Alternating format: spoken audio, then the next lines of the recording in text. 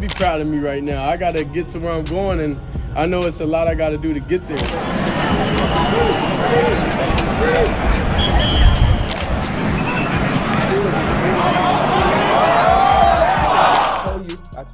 QB1, Kenny Pickett. 2, Dylan Gabriel. 3, Shedeur Sanders. 4. But they did bring in, because 2 of the 4 quarterbacks are injured, hamstring, Kenny Pickett and Dylan Gabriel. And a few hours ago, this is what Adam Schefter tweeted. The Browns are signing Tyler Snoop Huntley, who spent part of last season with Cleveland, with Kenny Pickett. First, the Browns ignored common sense. Then, they overlooked pure talent. Now, they're treating Shedeur Sanders like he's stuck on airplane mode. Stefanski just walked past a Ferrari, glanced back, and said, "Nah, I'm good with the old minivan." Tyler Huntley? That's the plan? Either Stefanski lost a high-stakes poker game or he's pulling off some 5D chess strategy only he understands. Because from the outside, it looks less like coaching and more like improv. Whatever it is, grab a seat. NFL absurdity is officially in full swing. The Browns may be one of the worst run franchises I've ever seen. It's reported today Shedeur is expected to start versus the Panthers on Saturday. They just signed quarterback Tyler Snoop Huntley to back him up because Kenny Pickett and Dylan Gabriel are both nursing hamstring injuries. They don't want Joe Flacco getting any reps in this game. Just to remind you, Shedeur is 4th string on this roster. I don't know why they have so many quarterbacks, but it was also reported 3 days ago he was being held out of practice due to what the team is calling shoulder soreness. Ben Kurt says this is what they do before a trade. And Shedeur is getting the least amount of reps being 4th string. Apparently he is throwing dimes if you look at this practice. If you're enjoying, please subscribe Shedeur Sanders L to the channel. It helps more than you think. They actually did it. The Cleveland Browns, in all their galaxy brain glory, have decided that Shedeur Sanders, the same guy who threads passes like he's got a cheat code, is just going to sit back and spectate while Tyler Huntley runs the show. Not sharing reps, not even a respectful 60-40 split. Nope. Huntley got the keys, the AUX cord, and the last stick of gum like this is a middle school group project, and Shedeur forgot to bring snacks. It's not just a snub, it's performance art disguised as coaching. And somehow, we're all supposed to pretend this makes sense. Well, let's talk about the Cleveland Browns. Oh my God, the Browns again? Yeah, the Browns again. Look, when a team signs their 6th quarterback, yeah, you got to talk about them. You do have to, have a conversation about this team. Wow, got you a Pro Bowler this time, I see. And Tyler Huntley, that's right. Can we get a Snoop Dogg in the house? Yeah, we got Snoop Huntley in the house. That's can intermingle with the rest of the quarterbacks. Again, it's somewhere Deshaun Watson's, up in the Hannibal Lecter rack, waiting to be unleashed about mid-October. Apparently, there's a new NFL rule. If you're talented, electric, marketable, and built for the spotlight, your prize is a front row seat to mediocrity. Because why not? You thought this league ran on merit? Cute. This is the Browns, where logic takes unpaid leave and playing time gets decided by moon phases. Now pause and take it in. Shedeur Sanders isn't just a name buried on the depth chart. He's a walking headline. He brings fans. He brings fire. He generates the kind of digital buzz that could melt Lake Erie by mid-October. But sure, let's keep him on the bench. Makes perfect sense. Now 2 of the QBs ahead of him got injured. Okay, so you're thinking never want to see anyone get hurt, but now Shedeur will have a chance to move up and possibly prove himself as the number 2. Nope, wrong again. Because instead of doing that, which would have been the obvious choice, the Browns decided to bring in another QB to make it even harder for him. And no disrespect to this man, but it's not like they're bringing in Josh Allen either. Enter career backup Snoop Huntley into the mix. The Browns just love themselves a mid QB. So now they have Flacco, Pickett, and Huntley to go along with their 2 rookies. Add in Watson, and they currently have 6 QBs on the roster. All of that comes right after the owner made these comments about Shedeur just the other day. If they'd even whispered that Shedeur might be QB1, Colorado kids would be rocking Browns jerseys like streetwear, and TikTok would have turned the dog pound chant into a trending sound. Instead, silence. Or worse, Huntley checkdowns. And look, this isn't a hit on Huntley. He's a steady vet who won't blow a fuse. But that's just it, he's the NFL's version of factory settings. Safe. Predictable. Fine. But you don't line up for fine. You don't sell out stadiums for safe. And you definitely don't build the future around neutral. I just think, I don't get really caught up too much in the starting. I would like to see Shedeur play a fair amount of the game. Who starts and who doesn't start, I don't know that matters as much to me. No, that's not the deal breaker. The deal breaker for me is the understanding that every rep that Tyler Huntley takes is a rep taken away from Shedeur, and every rep taken for Tyler Huntley is a rep that is, in my opinion, just a lost rep. So do you just not trust the Browns with Shedeur's development? Yeah, in many ways. Sure, I think that's part of it. If they go the route that is being suggested there, where it goes Tyler Huntley plays way too much of that game, and Shedeur Sanders, you got to wait until the third quarter because apparently we have to treat him like a Fabergé egg. Meanwhile, Shedeur is over here like an unreleased iPhone prototype, and the Browns are acting like they're fine with a flip phone as long as it still makes calls. They had the golden ticket. Not just a QB with arm talent and vision, but a cultural moment. This is the guy who could have rebooted the entire Browns identity. Instead of leaning into it, they're fumbling it like someone trying to handle a greased watermelon blindfolded. Imagine what would have happened if they just tried it. A few reps, a few designed plays, something to acknowledge. The fact that they have an actual phenom marinating on the bench like leftover chili. And here's the kicker, the fans know. You can feel it in the forums, the tweets, the passive-aggressive Instagram captions. The Browns had a rare shot to go from being that team you kind of feel bad for to that team you might just start watching. All they had to do was let the man cook. But no, they shoved him into the pantry, locked the door, and handed Huntley the spatula. Have just signed quarterback Tyler Huntley, who played at Utah University and been on somewhat of a journeyman free agent. Had over 2,700 yards total throughout his career. He played for Cleveland before. They signed him due to so-called injuries. The Kenny Pickett injury that we don't really believe, that's only a hamstring. That's like a 2 to 3 week injury. Also, the injury to Shedeur's shoulder or arm that they're saying, which Shedeur played Monday. So now what? Now we sit back and witness the slow burn revenge arc unfold. Because if there's one thing Shedeur's entire football story has proven, it's that he doesn't get mad, he gets magnificent. Every snap he doesn't take just adds fuel to the fire.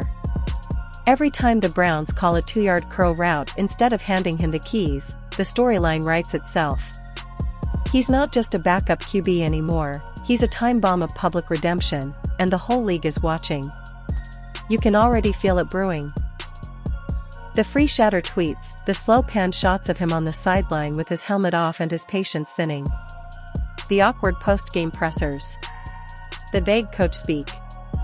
The fans doing mental gymnastics trying to understand how you bench the guy who literally made FCS defenses cry and turned college Saturdays into primetime streaming events. Cleveland had one job.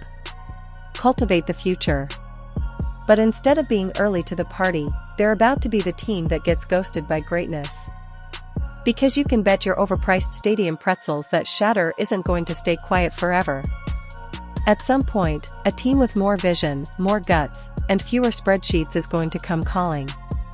They'll see what Cleveland couldn't, or wouldn't. And when that happens, it's curtains and opportunity. I think it's a good opportunity for Shedeur to get a lot of reps. Reps are ultimately going to be where the growth comes from. I'm convinced they care more about what happens in the joint practice than they do the preseason game anyway. And so if you buy into that logic, this would be a great opportunity for Shedeur to have as many chances to showcase what he can do and also get better in the process. As Switzerland on the show, I think if he's going to start, or if he's going to get 3 quarters on Friday, he better get a lot of reps in the next 3 days. That's just where, specifically with the joint practices tomorrow, you need to give him the kind of reps if, and this is a big if they're right in thinking they're still in the confidence building stage of his development. I made this point. When he finally breaks out, when he hits that league debut, when he dances out of the pocket and lasers a 40-yard bomb into a tight window, guess who won't be invited to the victory parade? The team that thought Tyler Huntley was the answer to a question nobody asked. The team that thought it was too soon, too risky, too whatever to roll the dice on a generational moment. They'll be stuck watching their old could-have-been superstar light it up somewhere else, while they Google Bridge QB for the 5th time in 2 years. This is how sports heartbreaks are born. Not through injury, not through scandal, through opportunity squandered and potential ignored. The Browns aren't just benching a player. They're benching a movement. A storyline. A spark. And all because they can't seem to see past the comfort of their clipboard. In the end, Shedeur's arc won't be a tragedy. It'll be a highlight reel. But it won't be Cleveland's highlight reel. It'll be another city. Another stadium. Another set of fans who are a little smarter, a little braver, a little more ready to roll the dice on someone who clearly has it. And when it happens, the Browns can sit back in their film room, sip their room temperature coffee, and pretend like they didn't have the future right there, warming the bench while the present ran 3-yard hitches and hoped for the best. Is Tyler being signed? Shedeur just had a sore arm. He said he experienced it due to climate. It doesn't mean he can't play, he's not ready, but they exaggerate. You see? I told you so.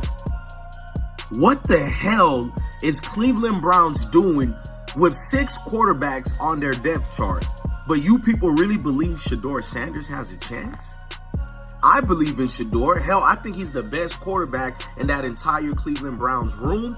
And at least minimum 15 other NFL teams, he's better than their quarterback room. At this point, it's not even subtle. Shedeur Sanders is being treated like he's some last-minute walk-on from a local YMCA league, not the guy who's already built a stronger fan base than the entire city of Cleveland on a Wednesday afternoon. The man sneezes, and his highlights go viral. He blinks too aggressively, and it trends on TikTok. Meanwhile, the Browns are over here acting like they're babysitting a practice squad in turn with no upside and a coupon for Gatorade. This isn't just bad judgment. This is delusion wrapped in arrogance sprinkled with a dash of "we think we're the Patriots, but surprise, we're not." Cleveland's front office is treating every Shedeur decision like they're cracking a nuclear code. As if playing the most dynamic quarterback prospect in years is some ancient forbidden ritual only to be unlocked after sacrificing 3 tight ends and a bottle of cold brew. Here's the truth, Shedeur already has more followers, more market pull, and more cultural relevance than the Browns as a brand.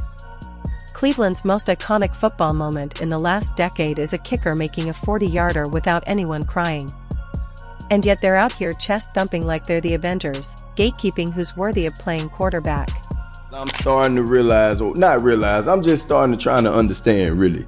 Why is it so much hate when it comes to Shedeur Sanders? Why are people talking so bad about this young man, man? And if y'all ain't seen Tony Grossi and what he had to say about Shedeur Sanders, it's crazy to me, okay? It's just crazy. And we finna talk all about... It's comedy.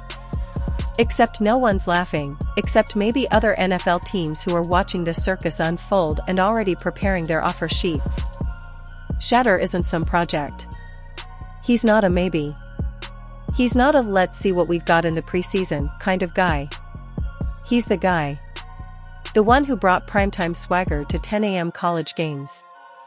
The one who carried an entire program on his back while taking hits from dudes built like vending machines. The one who turned every post-game press conference into a TED Talk on competitive composure. And yet, in Cleveland, he's stuck behind players who wouldn't even be allowed to borrow his wristband playbook in any other reality. They're treating this like it's some noble test of patience. Like he needs to earn it behind guys who peak at game management and not embarrassing the offense. Meanwhile, Shedeur's over here with more arm talent in his sleep than some of these quarterbacks have when fully caffeinated with 2 weeks of prep. This isn't about fairness. It's about fear. The Browns know that once Shedeur touches the field, there's no going back. You can't unsee talent. You can't explain away the zip on his throws, the timing, the pocket awareness, the effortless reads. It's not raw, it's refined. He doesn't need a redshirt season. He needs a helmet and a playbook, yesterday.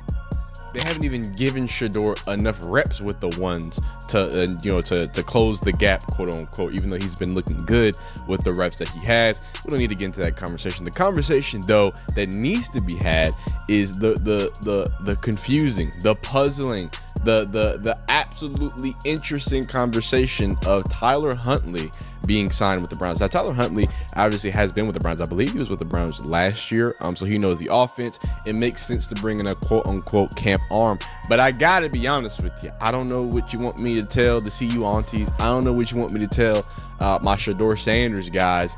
But this does seem a little fishy. Does it not? But no, instead we get these bizarre depth chart decisions that feel like someone's letting their uncle play Madden on simulation mode and accidentally submitting the rosters. Every week, the tension builds. Every week, fans are side-eyeing the coaching staff like, y'all serious with this? And you can feel it boiling. The anger isn't just about missed opportunities, it's about the disrespect. Because that's what this is now. A full-blown, unapologetic disrespect of talent. Shedeur didn't walk into the league begging for attention. He earned it. He created it. He built it from scratch, through big moments, clutch plays, leadership, resilience, and a football IQ that makes veterans look like they're still in orientation. He didn't need hype. He generated it by being consistently great. And now that greatness is being boxed up and shelved by a franchise still trying to figure out which quarterback diet works best with their offensive line. The fanbase? They see right through it. They know what's happening. They're not dumb. This isn't just a minor setback, it's sabotage in slow motion. How many other quarterbacks with Shedeur's resume, charisma, and potential would be treated like some third-string afterthought? He's not an experiment. He's not a backup plan. He's a whole blueprint. A future franchise centerpiece. And the Browns are over here trading him in for paper clips and hoping no one notices. I am getting so tired of so many people throwing shade on this young man. What is it, bro? Can somebody please tell me what it is? Why is it so much hate on this young man? And why is it really just him that's getting hated on like this? You don't see nobody else that has been drafted this year getting so much salt thrown on their name. You really don't. So why is it that everybody got so much bad things to say when it comes to a 5th round pick? A 5th round pick. Why are you talking so bad about a man who y'all feel is not even deserving because he's a 5th round pick? But people are noticing. Fans aren't playing the wait-and-see game anymore. They're not sitting through entire quarters of mediocre quarterbacking while the most electric option stands on the sideline adjusting his helmet in boredom. Social media is already on fire. Free Shedeur campaigns are popping up like bootleg t-shirts. Rival fans are openly rooting for him to escape. The disrespect isn't just obvious, it's offensive. You can't treat a player like this and expect silence. Shedeur's not some anonymous draftee who fell into your lap. He's a movement. A walking highlight reel. A media powerhouse.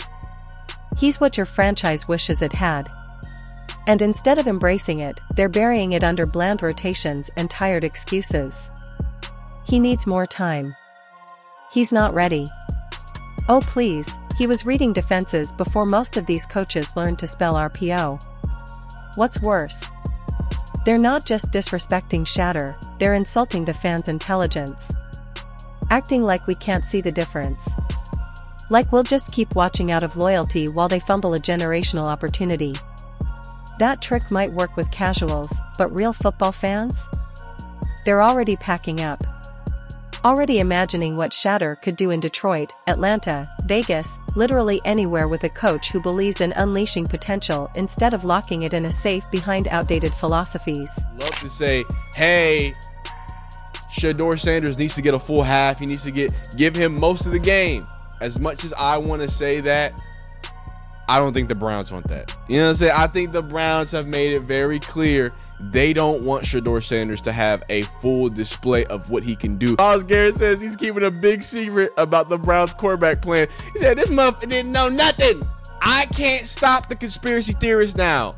If I was a conspiracy theorist, it's almost as if they wanted Shedeur Sanders to look bad. Instead, he throws that seed to Luke Floria on 3rd and 17 to get him in field goal range. And don't even get started on the locker room chemistry line. You think Shedeur isn't a leader? You think a guy who handled national criticism, family expectations, and media pressure with poise somehow can't read a huddle? The man's been leading since college, since high school. He's been the calm in chaos, the spark in silence, the answer when everything else fell apart. And Cleveland's treating him like he's still getting fitted for his rookie suit. This level of mismanagement should be studied. It's like watching someone find a gold mine and use it to pave their driveway. It's watching someone win the lottery and then ask if they can redeem it for store credit. Shedeur isn't just another player to see what happens with. He's a known quantity, an already proven force. And any franchise with an ounce of self-awareness would have already adjusted the game plan around him. But Cleveland? They're stuck in their own illusion. Still thinking they're making bold chess moves when in reality, they're flipping a Monopoly board because they landed on Boardwalk and can't afford rent. This isn't development, it's derailment. And the fans are done pretending it's anything else.